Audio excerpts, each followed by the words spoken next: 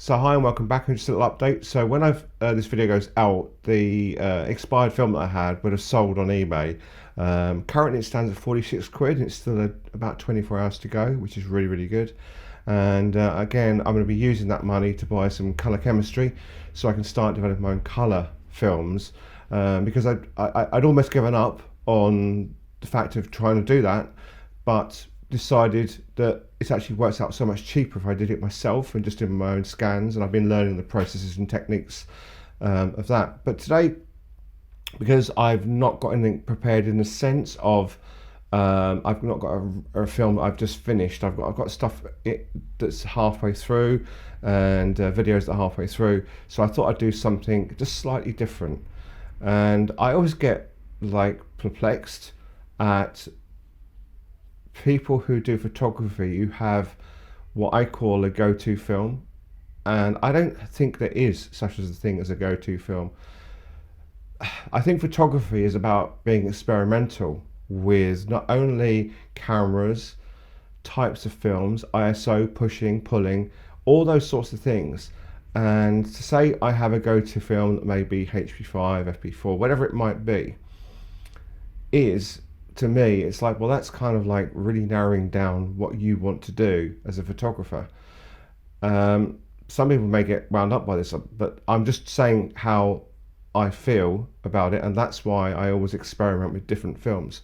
So I'm going to show you some stuff on screen in a couple of minutes and just go through the reasons why. But the main thing is, when I was a professional photographer, or when I was doing photography back in the 1990s, I would have a myriad of different black and white films. I would have so many different types, and the reason is I would plan a shoot around the film.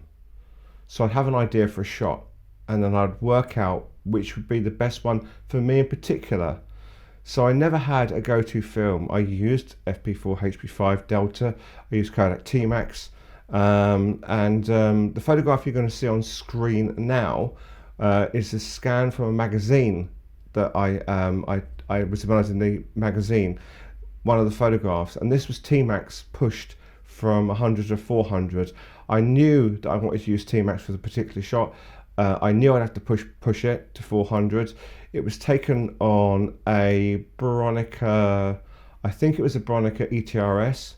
So it gives you an idea of what I was trying to get. I could see in my mind's eye about what I wanted to do with the actual shot, and when the results come back, they were exactly what I wanted. The trousers are a little bit bleached out, as you've probably seen, but that's because I've actually scanned it from a magazine, and the magazine I've been looking for 8 years, and finally found it. Anyway, I'm just going to go through with you now on screen about why I used to do that and why I still choose to not have a go-to film. Okay, so I'm now going to give you some examples of different types of films. As I said before, I never used to have a go-to film. I choose a film based on what I was going to photograph, and I just wanted to see, these aren't the ones that these aren't the films that I've chosen, they're just a random selection. The only one that I actually would have chosen is the black and white one, which you'll see in a few minutes. But that's so number one is basically the original image, and then you get to see the other images, and then you can have a look. I'll go through them slowly so you can see what you think, and then make your own choice, and I'll tell you what they are. Okay, so this is the original image. It was taken on a really cold Easter Sunday, if I remember rightly, and apparently it wasn't this particular one. There was one that was used for a photographic magazine or some modeling magazine or something like that. So and it was just a whole, like, we spent an afternoon shooting, and this is one of the ones that I particularly like. So yeah, so we're going to go through the 3 different films types. Now, I've used DxO Film Pack to convert the actual digital into what would be a negative. We haven't got the negatives anymore, can't do all that sort of thing, so it'll give you an idea of why I would not have a go-to film. And this is the first one.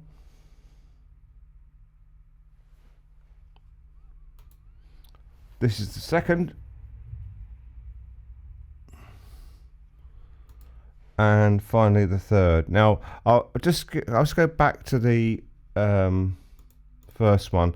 Now before I go through these, I want you to pick one of those three you've seen. I'll tell you as I go through now what these are. Okay, so this is Agfa Preciso 100, and these set, I forgot to say at the start, are all slide films, and then we're going to do some negatives, and we're going to do some black and whites, and so on and so forth. The next one, see if you can work out what that one is. It's actually Kodachrome 25. And the last one, I think you may be able to guess this one if you use slide film now. It's actually Fuji Velvia 50. So that's just to give you an idea of why I would pick a film based on the particular type of shoot I was doing. I probably would have used, if I was planning this, I'd probably use Velvia to do the shoot because of the other clothing he was wearing in the other type of shots and that sort of thing. So there is that. So we're now going to look at another set. Okay, so this is the original image. It was actually taken in St Pancras Station on a photo shoot I was doing. This lad's called Tyler, and I had a specific film in mind. If I'd done this on film, that I would have chosen, and I'm just going to go through the three that I've converted it to. This is the first one. This is the second one. And this is the third one. Okay. Would you have had a go-to film if you were using a go-to film to take a shot when you know as a photographer that you can produce a more stunning image with a different type of film? Why would you use a go-to film? Okay. So I'll go back to the start and I'll tell you which ones they are. Okay. So the first one is Agfa Pan APX 25, and this is what I would have used.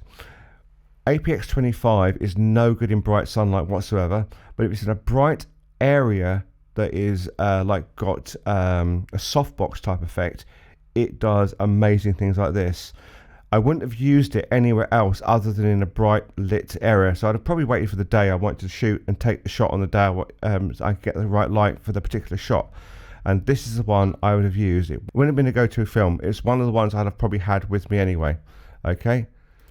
The next one is Fomapan 100, and I quite like this. It's quite grainy, really, but that's the effect it gives. So that's the other one, and this one, yeah, I wouldn't ever use this, I don't think, as a film. Or I have used it as a film when I've been doing shoots, but I wouldn't have ever used it for a type of shot like this. And it's the wonderful Ilford HP5 Plus 400.